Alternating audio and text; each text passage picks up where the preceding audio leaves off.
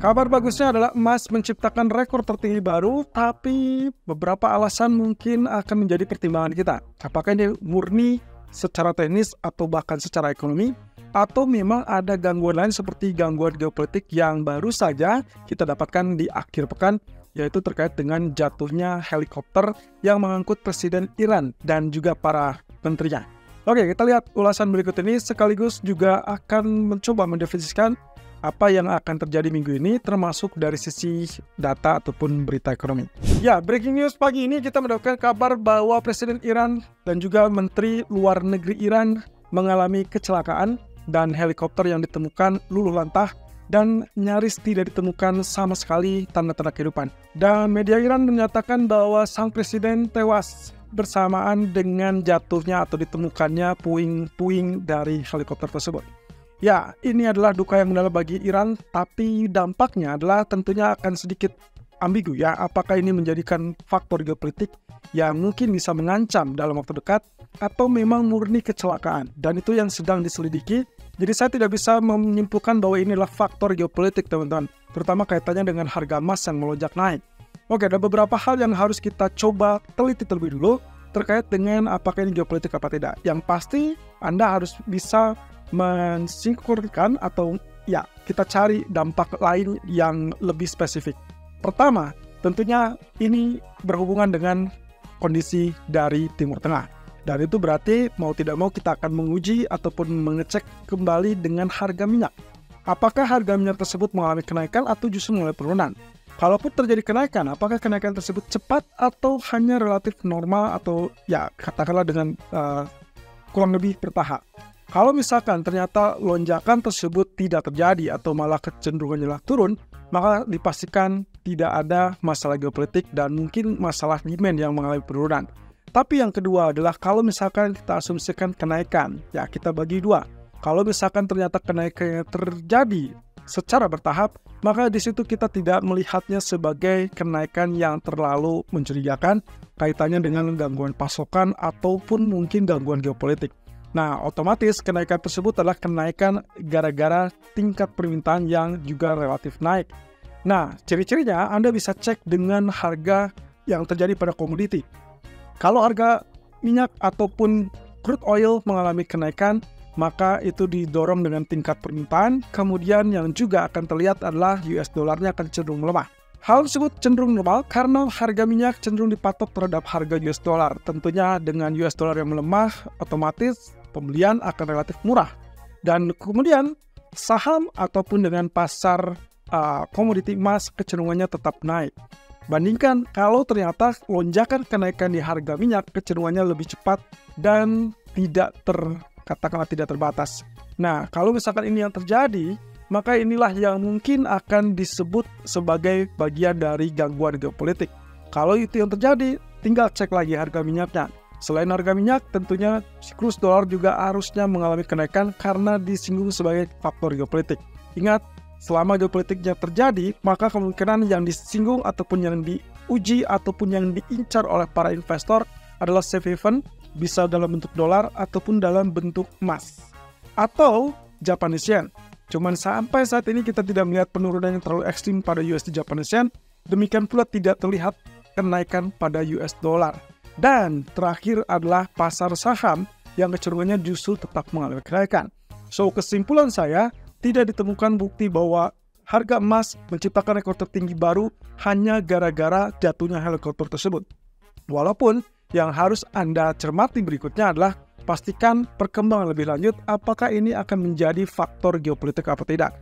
Jika terjadi, maka poin-poin tadilah yang akan menjadi ciri-cirinya. Nah, sementara itu Morgan Stanley memperkirakan pertumbuhan permintaan minyak yang kemungkinan akan terjadi dalam waktu dekat dan bahkan di tahun ini kecenderungannya mencatatkan rekor lebih tinggi daripada historinya. Ya, ini adalah suatu hal yang mengejutkan mengingat beberapa waktu lalu tingkat permintaannya kecenderungannya relatif rendah. Bahkan dari sejak COVID lalu kemudian dia dibuka kembali atau reopening ekonomi, kita belum melihat lonjakan kenaikan cukup signifikan. Tapi catatan yang dilihat oleh Morgan Stanley, dengan tumbuhnya atau ekspektasi pertumbuhan ekonomi China, akhirnya ada harapan untuk peningkatan dari tingkat permintaan tersebut, dan salah satunya adalah terkait dengan kebijakan baik itu politik ataupun kebijakan dari moneter. Nah, satu sisi pertumbuhan ekonomi yang relatif lebih bagus tentunya akan mengundang ataupun memicu tingkat permintaan pula. Dan itulah yang sedang digagas oleh China. Dalam hal ini pemerintah mereka kecenderungannya menyuntikkan beberapa dana ataupun kebijakan untuk setidaknya mendukung pertumbuhan ekonomi. Nah, perlu dicatat pula bahwa dengan adanya China, berarti tingkat pertumbuhan ataupun tingkat permintaan itu yang akan relatif lebih meningkat, sehingga ya komoditi minyak sangat wajar untuk mengalami kenaikan. Karena China sendiri sebagai konsumen yang tercatat sebagai yang terbesar kedua setelah Amerika.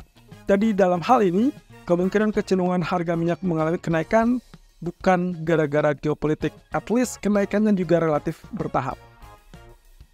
Nah, sementara kalau misalkan kita tanyakan ulang apa yang terjadi pada pasar saat ini. Ya, setidaknya pasar sampai hari Jumat kemarin dan bahkan sampai detik ini hanya dua potensi yang mendorong kenapa mereka sangat optimis untuk beberapa waktu ke depan. Yang pertama tentunya dari kabar suntikan stimulus. Ya, ini adalah kebijakan fiskal dan juga kebijakan moneter dari China.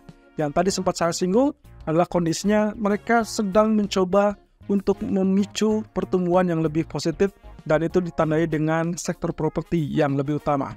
Berita minggu lalu kita sempat bahas bahwa ada kondisi di mana PBOC-nya melakukan pemangkasan suku bunga terkait dengan kepemilikan rumah. Jadi inilah yang memungkinkan untuk tumbuhnya ekonomi dan dorongan ekspektasi terkait dengan bangkitnya ekonomi China sehingga memicu beberapa hal terkait dengan harga komoditi. Nah, satu lagi adalah terkait dengan tanda-tanda pendinginan inflasi dari Amerika sehingga pasar saat ini berkeyakinan bahwa pemangkasan suku bunga dari Fed akan segera datang dan itu kemungkinan di musim gugur. Ya, proyeksi yang untuk sementara waktu adalah September paling besar, lalu kemudian proyeksi yang kedua adalah bulan Juli. Jadi antara Juli atau September, sebetulnya tidak ada bedanya dan kita baru akan ketahui itu saat FOMC bulan Juni mendatang. Nah, tapi hati-hati, bukan berarti saya bicara seperti ini bahwa Juni akan melakukan pemangkasan, melainkan Juni akan potensinya mempertahankan suku bunga, tapi dot plot lah yang akan kita cermati bersama. So, ada beberapa waktu ke depan untuk memperhatikan data seperti inflasi PCE, kemudian juga data non-farm payroll, dan juga data inflasi CPI kembali.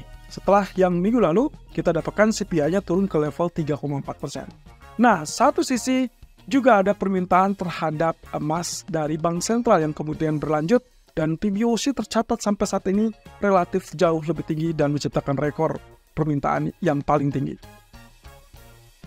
Nah, tekanan ke BOJ ternyata juga semakin kencang. Ini dikarenakan mata uang yen kembali melemah, teman-teman. USD Japanese Yen kembali bergerak mendekati 156 atau bahkan dikhawatirkan bisa saja terpicu kepada 160 kembali atau 158 setidaknya.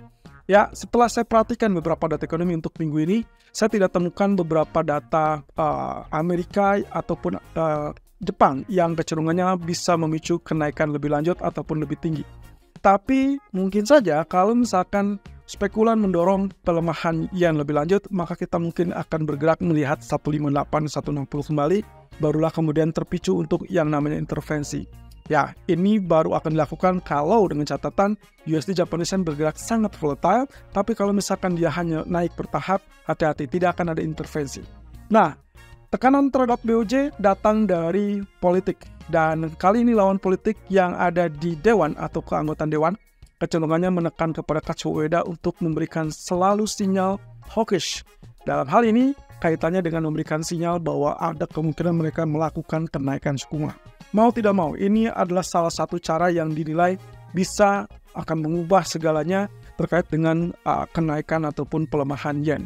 Nah, kalau ini yang terjadi teman-teman, berarti mungkin saja kenaikan USD Japanese Yen akan relatif terhambat dan kita bisa berharap secara bertahap pun berangsur-angsur turun tanpa melakukan intervensi.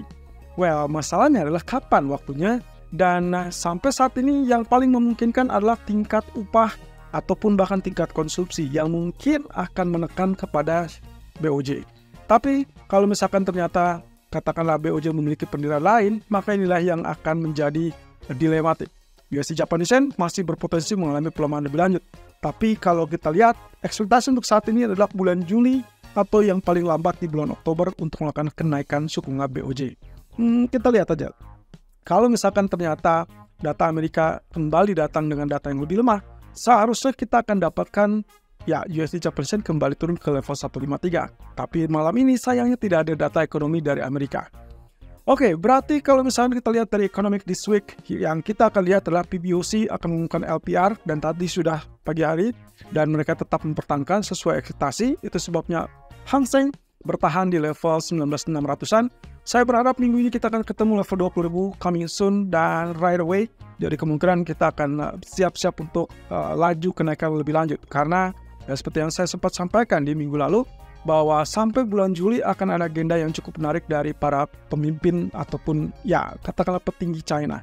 Karena mereka biasanya akan mendorong data-data tersebut akan menjadi positif dan juga beberapa upaya lainnya. Nah, kemudian ada inflasi dari Jepang di hari Jumat, kemudian inflasi dari Inggris di hari Rabu, dan data PMI dari beberapa kawasan itu di hari Kamis. Nah, satu sisi FOMC Minutes itu akan hadir di Rabu malam atau Rabu tengah malam, lebih tepatnya Kamis dini hari, dan kemudian akan lanjutkan dengan jobless claim di hari Kamis dari Amerika. Seperti biasa kita akan coba recheck kembali setelah minggu lalu agak turun tapi tetap di atas 220.000. Kita ingin tahu, kita ingin memastikan apakah memang tren dari tingkat pengangguran ataupun klaim pengangguran Amerika ini sudah mulai naik atau memang cenderungnya hanya sesaat. Kalau misalkan kita lihat lagi, maka kemungkinan yang diharapkan sebetulnya ada di atas 220.000. Dan kalau itu stay, berarti kita confirm mendapatkan pelemahan US dollar. Nah, di hari Jumat, jangan lupakan dengan data retail sales dari Inggris. Satu sisi teman-teman, kalau kita bandingkan antara inflasi Inggris dengan FOMC Minutes, kira-kira mana yang akan lebih berpengaruh atau yang mungkin akan menggerakkan market? Pilihan utama antara FOMC Minutes atau ya inflasi. Kalau saya pribadi, saya akan memilih inflasi Inggris karena FOMC Minutes itu hanya berupa rangkaian ataupun rangkuman dari keputusan yang sudah dilakukan di FOMC awal bulan kemarin. Jadi, saya berharap tidak akan ada perubahan apapun terkait dengan pernyataan ataupun program yang disampaikan di FOMC Minutes. Garis besarnya adalah kemungkinan ini bukan pemicu penggerak ataupun ya katakanlah market mover, melainkan inflasi Inggris lah yang akan menjadi market mover, dan itu yang akan menentukan kapan BOE atau Bank of England akan melakukan pemangkasan suku bunganya. Nah, untuk malam ini kita hanya disuguhkan dengan sisa dari para pejabat bank sentral untuk melakukan pidato ataupun pernyataan. Tapi saya akan condong kepada broadband dari MPC atau dari Inggris di jam 4 sore. Kemudian di malam harinya saya akan condong kepada Bostic dan juga Waller. Saya tidak melihat hal yang terlalu spesifik dari bar, tapi ya mungkin kita ada baiknya tetap memperhatikan atau mencermati apa yang akan disampaikannya. Intinya adalah pernyataan hawkish itu akan mendorong mata uang tersebut mengalami penguatan. Dalam hal ini berarti broadband dari Inggris akan menguatkan pound sterling, dan sementara Bostic dan Waller itu akan menguatkan US dollar kalau mereka cenderung hawkish. Tapi kalau misalnya kecenderungannya less hawkish atau bahkan menuju ke para dovish, maka mata uang yang bersangkutan akan mulai penurunan alias pelemahan, dan itu berarti Inggris dengan broadband kemungkinan dia akan turun, ataupun misalkan Bostic dan Waller cenderung less hawkish, maka kemungkinan US dollar yang akan mulai penurunan. Nah, jadi agenda utama inflasi minggu ini akan menjadi catatan khusus, dan sudah terlihat jelas skemanya kemungkinan ECB lah yang paling utama, yang paling awal untuk melakukan pemangkasan di bulan Juni. Sementara BOE masih bingung antara Juni atau Agustus, sehingga data inflasi minggu ini kecenderungannya akan sangat menentukan. Dan surprisingly, saya sempat mengecek economic calendar teman-teman. Kalau Anda cek kembali, kalau tidak salah CPI basis tahunan diperkirakan untuk Inggris itu akan turun dari 3,2% menjadi 2,1%. Ini angka yang cukup mencolok, entah akan terjadi revisi apa tidak. Mungkin itu yang saya lihat di akhir pekan kemarin, tapi mungkin minggu ini harus dicek kembali apakah tetap dengan perkiraan yang ekstrim lower atau memang ada kesalahan.